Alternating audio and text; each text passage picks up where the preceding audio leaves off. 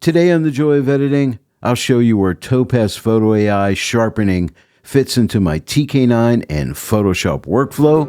Stay tuned. Hello everyone and welcome to The Joy of Editing with Dave Kelly. If you watch my TK Friday full edit tutorials, sometimes I get questions, when do I sharpen? Do I sharpen before the edit or after the edit? Well, I want to answer that question today. By the way, this image by Manfred Kopp, I did a full edit tutorial on it last TK Friday, which I'll link at the end of this video in case you want to watch that full edit. On TK Fridays, I always start out here in Lightroom and do some basic edits on the image, but here's what I want to show you. If you'll notice under detail, I use no sharpening. I used to use sharpening beforehand, but I found out that can cause problems. So I don't apply any sharpening. In this case, I didn't add any noise reduction because this was a very low ISO image. If I do have an image with a lot of noise, I'll send this image as a raw file into Topaz Photo AI and remove the noise without doing any sharpening whatsoever. That's a very important key point. Now, this is something I changed in my workflow. I used to pre-sharpen the images, but I found out when you do that and you start to do your edits in Photoshop, the more editing you do, you'll end up finding maybe halos around like mountains like this, and then you'll have to clean that up at the end of the edit, which is a lot of extra work, which we really don't need. But if you follow what I'm showing you today, that should not happen for you. Now that holds true for any kind of sharpening, whether you're using Photo AI or say like Lightroom sharpening. Just don't sharpen before you send it into Photoshop. So here in Lightroom, I have some basic edits, as I said, and no sharpening on the image. And now we're in Photoshop and you can see all the different layers I've used to achieve this final edit. If I click on the before after button on my TK9 combo or CX panel, we can see the before and the after. If I zoom into this image, you'll see there are no halos whatsoever around the edges of these mountains. Now, how do I get this image into Topaz Photo AI? The edit is complete, and now it's time to send this image into Topaz Photo AI for sharpening. Let me show you how I do it. On the TK9 combo or CX panel, you want to click this button right here. When you click it, you're going to stamp all your layers together, and you'll have your image on this layer. And now we can send it into Topaz Photo AI for sharpening. Come up to the Photoshop menu and click on Filter, and then look for Topaz Labs. Click on Topaz Photo AI. Here we are inside of Topaz Photo AI. What we need to do is sharpen the image, so see where it says Add Enhancements, click the plus and look for Sharpen.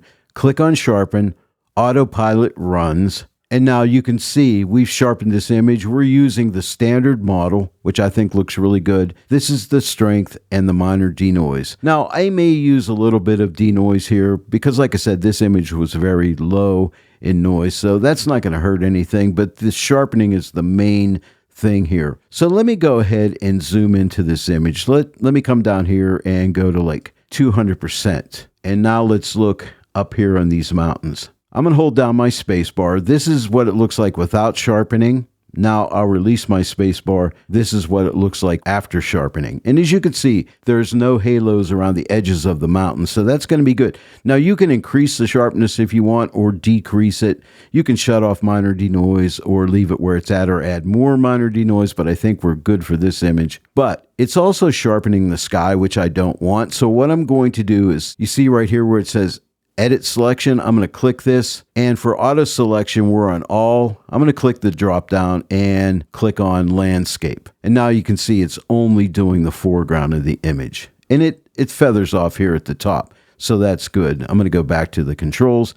Again, here's the before, and here is the after. Again, before and after, and I hope that shows up in the video for you. Now, I just want to say this, the autopilot settings I find are usually pretty good. And again, you can adjust the sharpening strength or the minor denoise amount. Now, this denoise is not the same as the actual major denoising in Photo AI. This is just a minor denoise, by the way. But also, if you're not happy with the model that autopilot picks, you can always try different models and do your own experimentation. but I think we're good for now. Now, all we need to do is come down to the bottom right corner of the interface and click Export to Adobe Photoshop, and here we are back in Photoshop. I'm going to shut off this layer. This is before sharpening. Just take a look at the image. Let me zoom in a little bit more here for you. This is before sharpening, and now I'll turn this layer back on. Here's after sharpening. And let me do this one more time. This is before sharpening, and this is after. It's done a really good job. Now, I highly recommend that you do your sharpening, whether it be with Photo AI or any kind of sharpening, always sharpen last. And that'll reduce the chances of you getting any halos around edges. Now, once you're done with your edit, it's always good to save out that edit. Now, remember, I started out in Lightroom. So what I do is I use the shortcut of Command or Control S, or you could come up here to File in Photoshop and click Save. Now, when you click on Save, you're saving the image with all of its layers. This way, in case you have to come back and alter anything, you can. Now, what you would need to do if you wanted to change some of your edits here or add to it, you can just trash out this layer with the sharpening on it and go ahead and make any changes you want. And then just click this button and stamp your image again and then resharpen it and then save it. Now, remember, we started in Lightroom, so it'll get saved back into the folder that you started from in Lightroom. And now here we are back in Lightroom. And from Lightroom, if you have your own printer, you can click on Print and print this image out. Now, if you want to send it to a printing service to get printed, you could send this out as a TIFF or a JPEG. Some services only use JPEGs, but if they use TIFFs, I highly recommend that you send a TIFF file to your printing service because you'll get higher quality prints if you do that. But let's say you want to send this image to a printing service to get a print made. What you would do, you would right click on the image and then you would come down and look for export and then click export. And now you can export this file. Now you don't want to export the original. So if we come down here under file settings, right now it's set for TIFF. You don't want to send them the original file because that's going to have all of your editing layers attached to that file, which you don't want. So you just want to use TIFF, or you could use JPEG. But let's say I want TIFF. You don't want to really change the image size or do any output sharpening because, you know, it's already sharpened.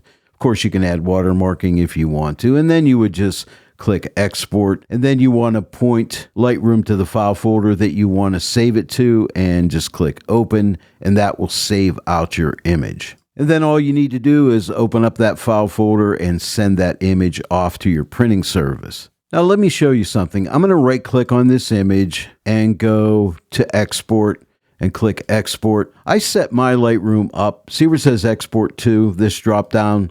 You have different choices here to a specific folder, same folder as the original. I like to set mine up for choose folder later. And when you do and click export, it'll let you pick the folder you want to put it in, which I find can be very handy. And that's what I recommend.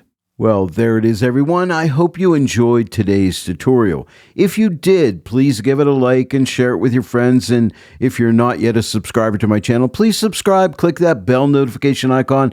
Click all so that you'll receive all notifications. And then every time I upload a new tutorial, you'll get notified about it. I want to thank each and every one of you for joining me today in The Joy of Editing with Dave Kelly. I'll see you all right here next time. But until then, happy editing.